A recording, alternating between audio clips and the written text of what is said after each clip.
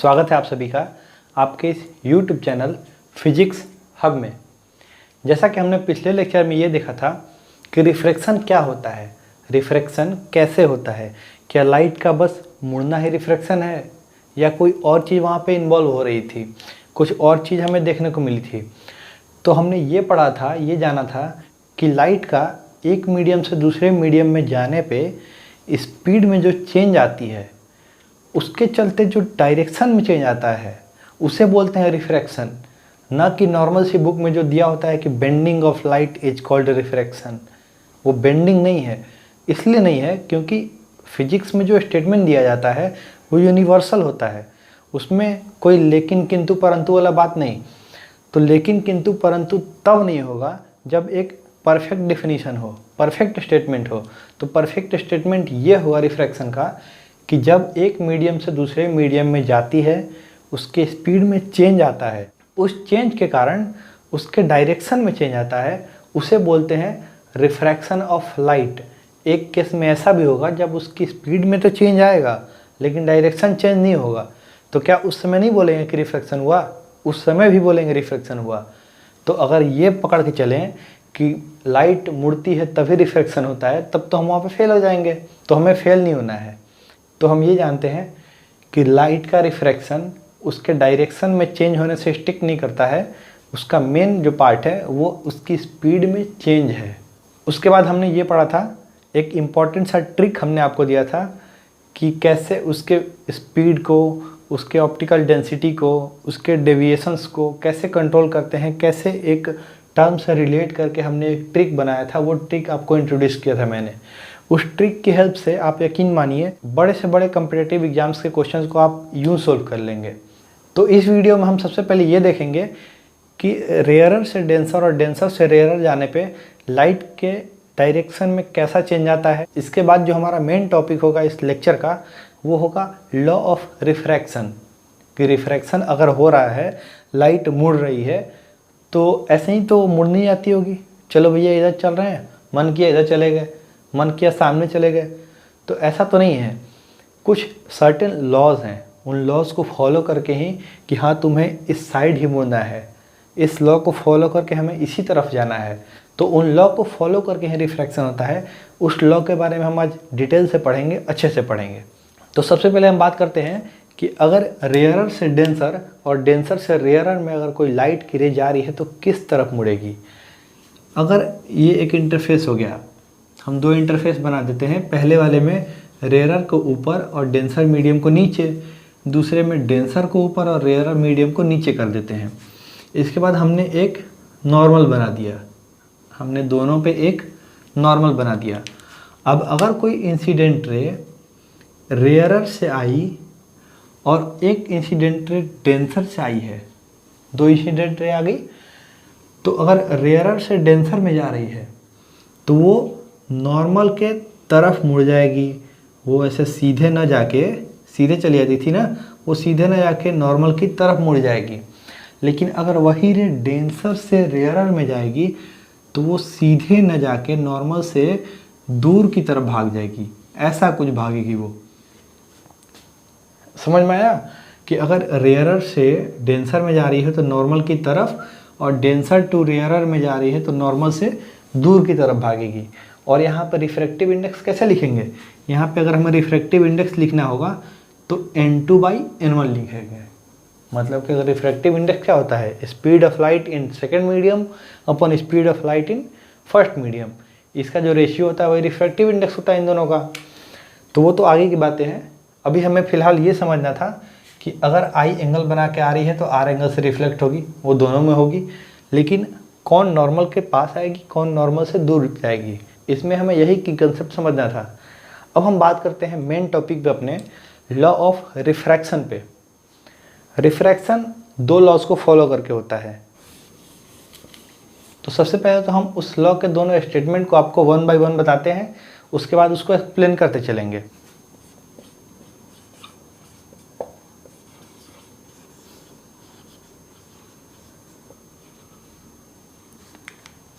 तो पहला लॉ है incident ray, refracted ray and normal to the refracting surface at the point of incidence are in same plane. कहने का मतलब ये है कि अगर ये एक प्लेन हो गया, हमारा ये एक प्लेन हो गया, ठीक है, तो इसमें जो इंसिडेंट रे है, इंसिडेंट रे, रिफ्रैक्टेड रे और इस पे जो नॉर्मल डाला गया, वो तीनों के तीनों एक ही प्लेन में होने चाहिए। अगर ये एक इंसिडेंट रे हुई, ये एक रिफ्रैक्टेड रे हुई,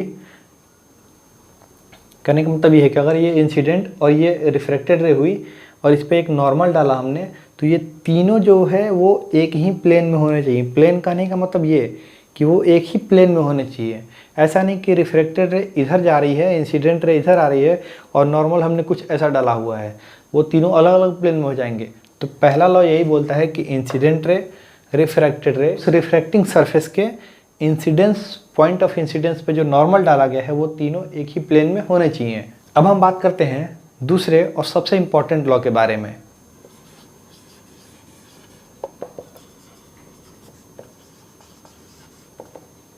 तो दूसरे लॉ का स्टेटमेंट है the ratio of sine of angle of incidence and the sine of angle of refraction is always constant. Sine cos tan आपने अभी ट्रिग्नोमेट्री में पढ़ा होगा। तो दूसरा लॉ ये बोलता है कि sine of angle of incidence और sine of angle of refraction, इन दोनों का जो रेशियो है वो हमेशा कांस्टेंट होता है और वो कांस्टेंट म्यू के बराबर होता है, वो रिलेटिव रिफ्रैक्टिव इंडेक्स के बराबर होता है। इस लॉ को स्नेल्स लॉ भी बोलते हैं।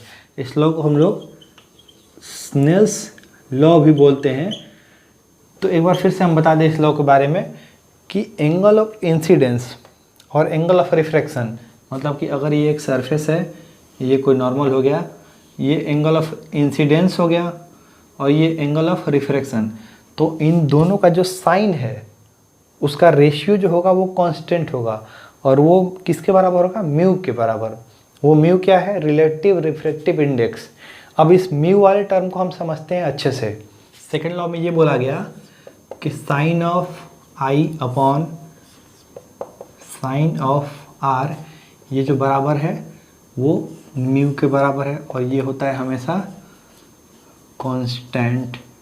ओके, अब अगर एक सरफेस मान लेते हैं हम, इस पे नॉर्मल डाल दिए, ये एंगल ऑफ इंसिडेंस आई हो गया, ये एंगल ऑफ रिफ्रैक्शन आर हो गया, इसका रिफ्रैक्टिव इंडेक्स ये हम मान लेते हैं n1 हुआ, इसका रिफ्रैक्टिव इंडेक्स n2 हुआ।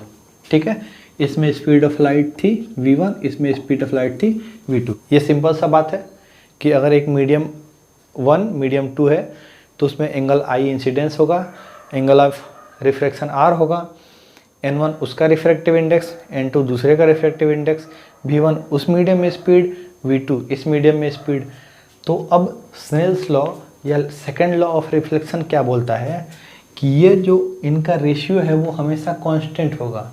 अब ये म्यू जो है वो μ/1 है।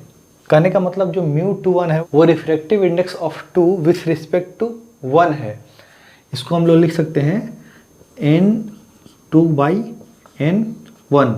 अब n2/n1 या फिर हम ये बोल सकते हैं कि v1/v2। अब ये कैसे आया, इसको समझने के लिए हम ऐसे लिख सकते हैं यहाँ पे कि अगर n1 निकालना है तो क्या लिखेंगे, n क्या होता है, सिंपली अगर n पूछे कोई तो c/v आपको पता है, तो n1 यहाँ से क्या हो जाएगा c/v1, क्योंकि speed of light in vacuum तो सब में सेम होती है। और यहीं से n2 क्या लिख देंगे हम लोग c/v2। अब अगर n2/n1 निकालना हो, n2/n1, तो हम लिख सकते हैं ना c/v2 अपॉन c/v1। इसको यहाँ से कट करेंगे तो क्या आएगा, v1/v2 आएगा। वही लिखा हमने कि μ/1, ये साइन i/साइन r जो है वो μ/1 के बराबर है और यही बराबर होता है n2/n1 के, यही बराबर होता है v1/v2 के। कुछ कुछ बुक्स में केवल म्यू लिख देगा, कुछ बुक्स में μ/1 लिखेगा, उससे आपको कंफ्यूज नहीं होना है। इसके 2-4 और नोटेशंस होते हैं, जैसे अलग अलग बुक्स में किसी किसी बुक्स में लिख देता है 2 1, किसी बुक में लिख देगा म्यू 1 2, किसी बुक में लिख देगा म्यू 1 2। तो अलग अलग है, जैसे कि ये एक नोटेशन हो गया, दूसरा हो गया, तीसरा हो गया, 4 हो गया, 4-5 तरह के नोटेशंस हैं, लेकिन सबका मतलब एक ही है। सबका मतलब ये है कि refractive index of 2 with respect to 1, ये जो है, ये लाइन जो है वो इम्पॉर्टेंट है। ये कहने का मतलब ये है कि refractive index of 2 with respect to 1, second medium का रिफ्रैक्टिव इंडेक्स निकाल रहे हैं फर्स्ट वाले के रिस्पेक्ट में। फर्स्ट वाले का पता होगा हमें, सेकेंड वाले का हमें निकालना होता है। अगर यहीं पे वो इंसिडेंट रेयर से डेंस ये नीचे से ऊपर गई होती तो यहाँ पे सब म्यू 2 1 न होकर म्यू 1 2 हो जाएगा। तो ये 4-5 नोटेशन से गड़बड़ाना नहीं है, हमें बस याद करने के लिए ये याद करना है कि म्यू के साथ जो चिपका हुआ है, म्यू के साथ जो भी मीडियम चिपका हुआ है उसी का रिफ्रैक्टिव इंडेक्स हमें मिलेगा। अगर 1 का निकालना होता तो हर जगह पे ये लिखा होता है ऐसा, म्यू 1 2 म्यू 1 2 म्यू 1 2 म्यू 1 2, मतलब कि 1 यहाँ पे चिपका होता सबके साथ, 1 उसके पूंछ के साथ चिपका होता, पूंछ पकड़ के लटके रहो। तो जो भी मीडियम पूंछ पकड़ के लटका है समझ लो उसका भला होना है। तो ये था लॉ ऑफ रिफ्रैक्शन के 2 लॉ। एक बार फिर से हम रिकॉल कर दें। पहला लॉ था angle of incidence, angle of refraction और normal to the point of incidence, ये तीनों एक ही प्लेन में लाई कर रहे थे। और दूसरा था sine of angle of incidence और sine of angle of refraction, इसका रेशियो जो था वो कांस्टेंट था। वो कांस्टेंट किसके बराबर था? म्यू के बराबर। और इस लॉ को क्या बोल रहे थे? इस सेकेंड लॉ को स्नेल्स लॉ बोलते थे, क्योंकि स्नेल्स ने इस लॉ को वेरीफाई करके दिखाया था मैथमेटिकली, इसलिए उनके ऑनर में ये स्नेल्स लॉ के नाम से जाना जाता है। तो आई होप ये दोनों लॉ आपको आसानी से समझ में आ गए होंगे। तो इस वीडियो को हम यहीं पे एंड करेंगे। अगले वीडियो में जब हम आएंगे तो आपको बताएंगे कि refraction of light through a rectangular glass slab, मतलब कि अगर लाइट की रे अभी क्या थी, एक ही मीडियम पे एक ही रिफ्रैक्शन हो रहा था। हमने जितनी भी चीज़ें पढ़ी एक मीडियम पे उसके एक ही इंटरफेस पे रिफ्रैक्शन हो रहा है। लेकिन अब हम आगे पढ़ेंगे कि रेक्टेंगुलर ग्लास स्लैब में कैसे रिफ्रैक्शन होता है। वहाँ पे एक साथ दो पार्ट पे रिफ्रैक्शन होगा, तो उसको हम लोग समझेंगे अगले लेक्चर में। अगर ये वीडियो आपको पसंद आई हो तो आपके आसपास जितने भी बच्चे हैं, पढ़ने वाले बच्चे, उनको आप शेयर कर सकते हैं और मैं हेल्प करूँगा उनकी फिजिक्स की ईजीएस्ट वे में अंडरस्टैंडिंग की। तो इस वीडियो में इतना ही, मिलते हैं अगले वीडियो में। तब तक के लिए धन्यवाद। Thank you.